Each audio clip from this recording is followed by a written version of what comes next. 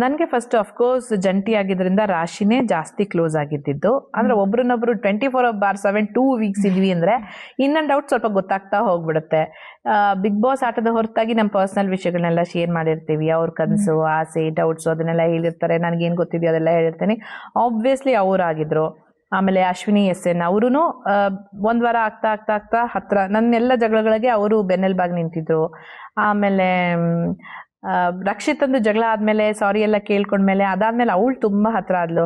ಅವಳು big boss ಇಂದ ಬಂದ್ಮೇಲೆ ಮನೆಗೆ ಬರ್ಬೇಕು, ನಾವೇನೇನ್ ಮಾಡ್ಬೇಕು ಎಲ್ಲ ಪ್ಲಾನ್ಸ್ನು ಮಾಡಿ ಇಟ್ಕೊಂಡ್ಬಿಟ್ಟಿದ್ದಾಳೆ. ಅವಳು ನಂಗೆ ಪರ್ಸ್ನಲಿ ತುಂಬಾ ಇಷ್ಟವಾದ ಹುಡುಗಿ ಯಾಕೆ. ಸೊ ಅವ್ರ ಹತ್ರ ಆಗಿದ್ರು. ಆಮೇಲೆ ಧ್ರುವಂತ್ ತುಂಬಾ ಹತ್ರ ಆಗಿದ್ರು, ಧನು ಹತ್ರ ಆಗಿದ್ರು. ಇಷ್ಟು ಜನ ನಾನು ಬಂದ ಮೇಲೂ ಕೆಲವರು ಹೇಳ್ಕೊಂಡಿರ್ಬೋದು, ಕೆಲವರು ಹೇಳ್ಕೊಳ್ದೇ ಇರ್ಬೋದು, ಬಟ್ ಖಂಡಿತವಾಗ್ಲೂ ಮಿಸ್ ಮಾಡ್ತಾರೆ. ನಾನು ಅವ್ರನ್ನೆಲ್ಲ ಮಿಸ್ ಮಾಡ್ತಾ ಇದ್ದೀನಿ. ಅಂಡ್ 2-3 ಕಡೆ ಈಗ ಮೊನ್ನೆ ಎಪಿಸೋಡ್ ಅಲ್ಲೂ ಅವರು ಕೂಗಿ ಮನೇಲೆಲ್ಲ ಮಂಜು ಅಕ್ಕ ಮಿಸ್ ಯು ಅಂತ ಈ ತರ ಏನೋ ಘಟನೆ ನಡೆದಾಗೆಲ್ಲ ಹೇಳಿದ್ದಾರೆ. ಹೌದಾ? ಹೌದಾ? ಯಾರು ಹೇಳಿರೋದು? ಐ ಗೆಸ್ ರಾಶಿ ಅವರೇ ಹೇಳಿರೋದು. ಹೌದಾ? ವೈಲ್ಡ್ ಕಾರ್ಡ್ ಅವರೆಲ್ಲ ಬಂದ್ಮೇಲೆ ಓಕೆ ಓಕೆ ಕೂಗ್ ಹೇಳಿದ್ರು ಅವರು ಮನೇಲಿ. ಹೌದಾ? ಓಕೆ ಓಕೆ, ಗೊತ್ತಿಲ್ಲ. ಖುಷಿ ಆಗತ್ತೆ. ಅದೊಂದು ಬಾಂಧವ್ಯ ಅಲ್ಲಿ ಬೆಳೆದಾಗ. ಫಸ್ಟ್ ಅಮಿತ್ ಅವರು ಮತ್ತೆ ಕರಿಬಸಪ್ಪ ಅವರು ಫಸ್ಟ್ ವೀಕಲ್ಲಿ ಹೋದಾಗ ಬೇಜಾರಾಯ್ತು, ಅಯ್ಯೋ ಇಷ್ಟು ಬೇಗ ಹೋಗ್ಬಿಟ್ರಲ್ಲ ಅಂತ. But miss ಮಾಡ್ಕೊಳ್ಳಿಲ್ಲ.